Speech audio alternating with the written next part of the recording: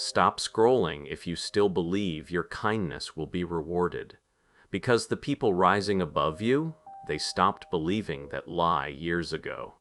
If you're exhausted from playing fair in a rigged system, hit subscribe and turn notifications on. This isn't motivational fluff. This is psychological warfare training for the real world. You've been living in two different realities without knowing it. World 1, the school version. Work hard, be honest, good things come to those who wait. World 2, the actual version. Power flows to those who understand human nature, not those who deny it. You were raised in World 1, but you've been getting destroyed in World 2.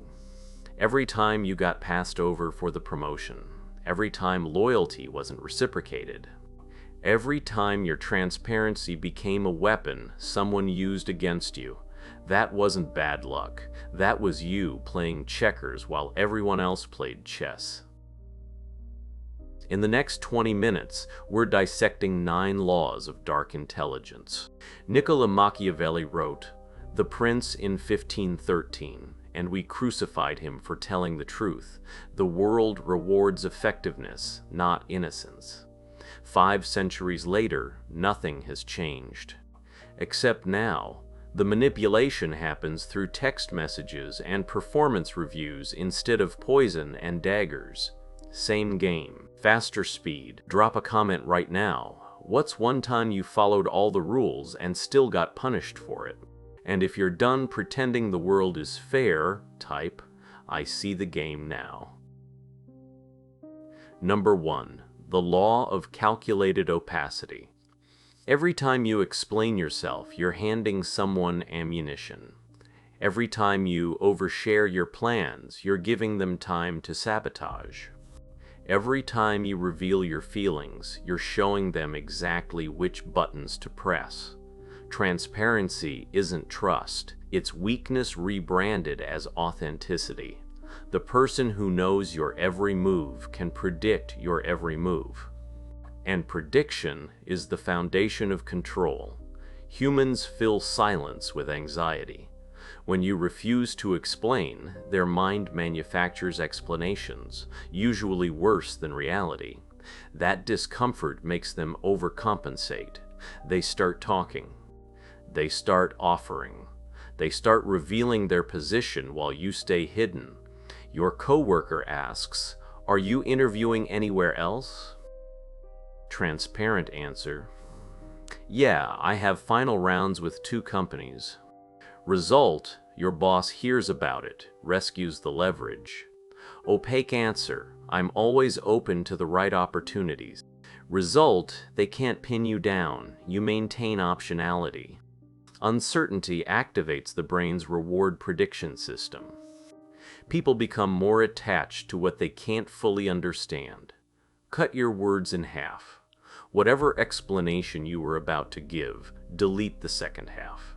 Before answering any question about your plans, wait 3 seconds. Ask yourself, does revealing this serve me or does it serve them?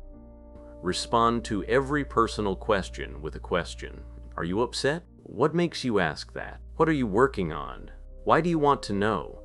Watch how quickly people reveal their actual agenda. Drop this affirmation, "I control what they know." Number 2, the law of detached observation. You're drowning in judgment. Good, bad, right, wrong, fair, unfair. Every situation gets filtered through this moral microscope, and it's destroying your ability to respond effectively. Morality is a luxury afforded to those with power. When you're scrambling to survive, you can't afford to be offended. Someone betrays you, and you waste 3 weeks asking, "How could they do this?" The answer? Easily, because it benefited them more than loyalty did. Marcus Aurelius wrote, "The impediment to action advances action. What stands in the way becomes the way." Translation, the obstacle isn't your enemy, your reaction to it is. When you remove moral judgment, you see patterns. Patterns are predictable. Predictable is controllable. Your manager takes credit for your work. Moralizing response, that's so unfair. They're a backstabber. Result, you're angry, impotent, nothing changes. Strategic response, they need my output to look good, that's leverage. Result, you document contributions, CC, the right people, and quietly start interviewing. Offense is a reaction. Strategy is a choice. Emotional hijacking shuts down your prefrontal cortex, the part that plans. Detached observation keeps that circuitry online. Replace moral language with mechanical language. They betrayed me becomes they optimized for their self-interest. It's unfair becomes the system rewards X behavior over Y. When something bad happens, immediately ask, what incentive drove this?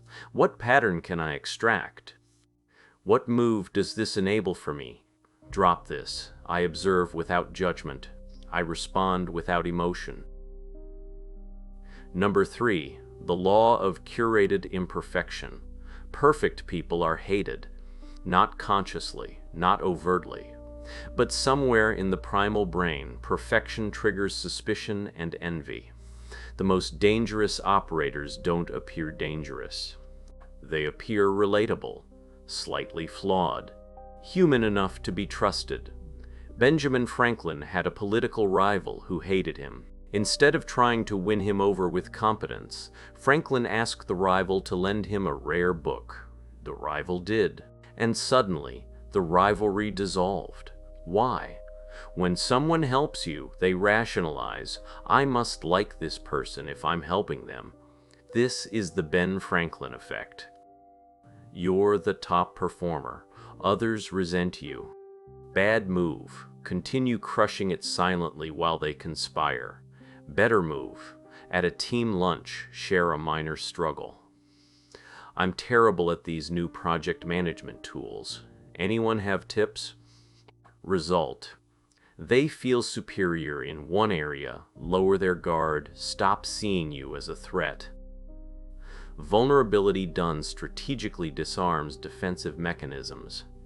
Psychologist research shows highly competent people become more likable when they display minor flaws. But notice minor. You're a surgeon? Don't admit you're bad at surgery. Admit you can't parallel park. The flaw must be harmless, relatable, and strategically irrelevant to your power base. Choose 2 to 3 safe flaws. Bad with technology. Terrible sense of direction. Can't dance. Guard your actual vulnerabilities like state secrets, your deepest fears, your financial struggles, your relationship insecurities. Strategically reveal one minor flaw in 3 different social contexts. Watch how people's body language changes. Watch how the temperature warms. You're not becoming weaker. You're managing their perception of your threat level. Drop this. I show the scratch, never the wound. If this is changing how you see human behavior, hit that like button. What's coming next is where we turn observation into influence. Number 4, the law of strategic reflection. Everyone is living inside their own movie. They're the protagonist. Everyone else is a supporting character. Your mistake? Trying to be the hero in their movie. Stop. You will never outshine someone in their own story. Instead, become the mirror. The fastest way to influence someone is to reflect their identity back to them. Not flattery, not agreement, pure reflection. They feel angry? Validate the anger. They feel excited? Match the energy. When you mirror someone, you're not showing them you, you're showing them themselves. And people are programmed to love themselves. This taps into what neuroscientists call mirror neurons. When you match someone's posture, tone, and emotional frequency, their brain registers you as same tribe. Same tribe, safe. Safe. Trusted. Trusted. Influential. Job interview, hiring manager says, We value innovation and moving fast. Bad response. I'm innovative too. Let me tell you. Mirror response. Moving fast and innovating. Exactly the environments where I've done my best work. What's the biggest innovation challenge you're facing? Result. They keep talking. They reveal pain points. You collect data while they fall in love with their own voice. Dale Carnegie wrote in the 1930s, "You can make more friends in 2 months by being interested in them than in 2 years by trying to get them interested in you." While they're talking, you're mapping. What do they value? What triggers them? What do they need to believe about themselves? Practice the echo technique. Them, nobody respects my time. You, nobody respects your time. This makes them elaborate. The more they talk, the more they reveal. Mirror their vocabulary, pace, energy level, and body language. Enter every conversation with this goal. Make them talk 70%, you talk 30%. End each day asking, what did I learn that they didn't realize they told me? Drop this, I reflect, I collect, I control. Number 5, the law of non-attachment. The person who needs it least controls it most. Read that again. Every negotiation you lost because you needed it. The job, the relationship, the approval, and need reeks. You think showing how much you care demonstrates commitment. Wrong. It demonstrates scarcity. Scarcity signals low value. Low value invites exploitation. Marcus Aurelius practiced negative visualization, imagining losing everything he valued, not to be pessimistic, to eliminate the fear of loss. Because fear of loss makes you controllable. If your boss knows you're terrified of getting fired, you'll tolerate abuse. If your partner knows you're terrified of being alone, you'll tolerate disrespect. They lowball you. If you had 6 months of savings and 3 other interviews, different energy, different offer. The external circumstances might be identical, but your internal attachment level changes everything. Humans are loss averse. We chase what moves away. We undervalue what chases us. When you're willing to lose it, you paradoxically become more likely to win it. Because you can speak truth without fear. You can set boundaries without anxiety. You can walk away without collapsing. Practice the worst-case scenario. Meditation. Visualize losing the thing you're attached to. Ask, would I survive? Practice the 30% pullback. Strategy. Whatever you're investing in a person or situation, cut it by 30%. Responding in 10 minutes, now 30. Texting daily, now every other day. Watch what happens. Most won't notice. Some will chase harder. A few will disappear. They were only there for what you gave. Drop this. I am whole without external validation. I walk away when necessary. Number 6, the law of productive conflict. You've been taught that conflict is bad, that peace is the goal. Delete that programming. Conflict isn't the problem. Weakness is. Without an enemy, you become soft. You get comfortable. You stop sharpening your skills. Machiavelli told the prince, "A ruler should have no other thought but war." Not because war is good, because preparation for conflict keeps you sharp, focused, and dangerous. Your ancestors who had 0 conflict got comfortable, got ambushed, got eaten. You are descended from the paranoid, not the peaceful. A competitor copies your product and undercuts your price. Bad response. This is so unfair. Strategic response. Perfect. Now I have a benchmark to beat and a reason to innovate faster.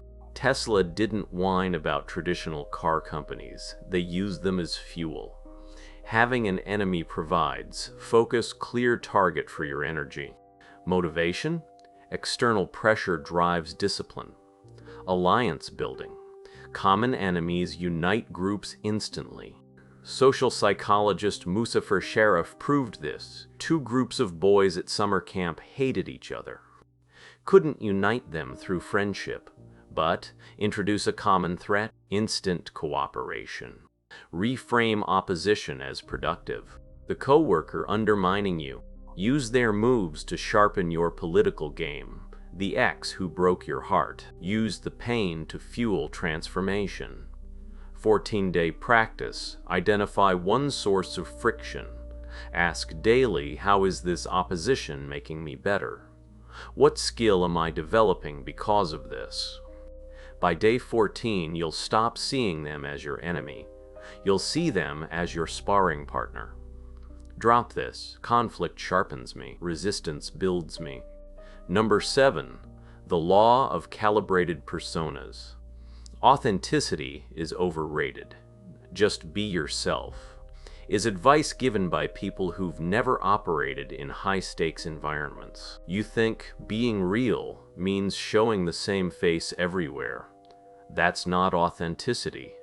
That's lack of calibration. You already wear different masks. You're different with your boss than with friends. You're different with your parents than your partner. The only question, are you doing it consciously or unconsciously? Carl Jung called these personas, the masks we wear to navigate social roles. The mistake isn't wearing masks. The mistake is believing you're not. You're using a hammer to tighten a screw. High-stakes pitch meeting, bad approach. I'm just going to be myself. Strategic approach. This requires the persona of authority. I'm wearing confidence, decisiveness, calm certainty. Later with family, you wear the persona of warmth, present, engaged, vulnerable. Different tools, different contexts. Research on self-monitoring shows high self-monitors are more successful in leadership, sales, negotiations, and dating. Because they understand, effective communication means speaking the language of your audience. Develop 3-5 core personas: the authority, negotiations, leadership, the nurturer, close relationships, family, the observer, new situations, data gathering, the provocateur, challenging ideas strategically, the adapter, unfamiliar territory. Before any interaction, ask, which persona does this situation require? 7-day practice. Before every significant interaction, pause 30 seconds. Ask, what outcome do I want? Which persona serves that? After, journal, did I use the right persona? What worked? Drop this, I am fluid. I adapt. I calibrate. Number 8. The law of vigilant verification. Trust is not a virtue. It's a vulnerability exploited by the strategic. You project your ethics onto others. I would never betray them, so they won't betray me. That projection will ruin you. Everyone operates from self-interest. This isn't cynicism. This is pattern recognition. Machiavelli wrote, "Men are so simple that he who deceives will always find those willing to be deceived." Why? Because most people desperately want to believe their bond is special. That desperation creates blind spots. Business partnership. Your friend approaches with an amazing opportunity. Naive. We'd been friends for 10 years. I trust them. Vigilant. Friendship is one thing. Business is another. What are the incentives? Let me verify claims and get legal documentation. Naive result, you lose money and a friendship. Vigilant result, you protect both. Words are free. Words are designed to manipulate perception. Actions cost something. Actions reveal true priorities. If someone says they value you but never makes time, believe the action. Verify, then trust provisionally. Give people small amounts of power and watch what they do before you give them the kingdom. Ask yourself, What's in this for them? What would they gain by deceiving me? Have they demonstrated consistency over time? 7-day practice. Verify one thing daily that you normally take at face value. Someone says they're busy? Check their social media activity. Someone promises something? Follow up to confirm. Not paranoia. Data collection. Drop this. I verify before I trust. I observe before I invest. Number 9. The law of integrated shadow. This is the deepest law. The one that separates those who use dark intelligence to protect themselves from those who become the monster. You are capable of terrible things. You have the capacity for manipulation, for cruelty, for ruthlessness. And if you deny this, you will never recognize it in others. Worse, if you repress it, it will control you from the shadows. Society tells you to be harmless. But a harmless person is not a good person. A harmless person is just a weak person who calls their weakness virtue. Carl Jung studied the shadow, the parts of yourself you've disowned because they're bad. Your rage, your greed, your desire for power. Where do those go when you repress them? They leak out as passive aggression, as self-sabotage, as bad luck. When you consciously acknowledge your capacity for darkness, something powerful happens. You can choose. I could destroy this person's reputation. I know how, but I'm choosing not to. That's not weakness. That's controlled power.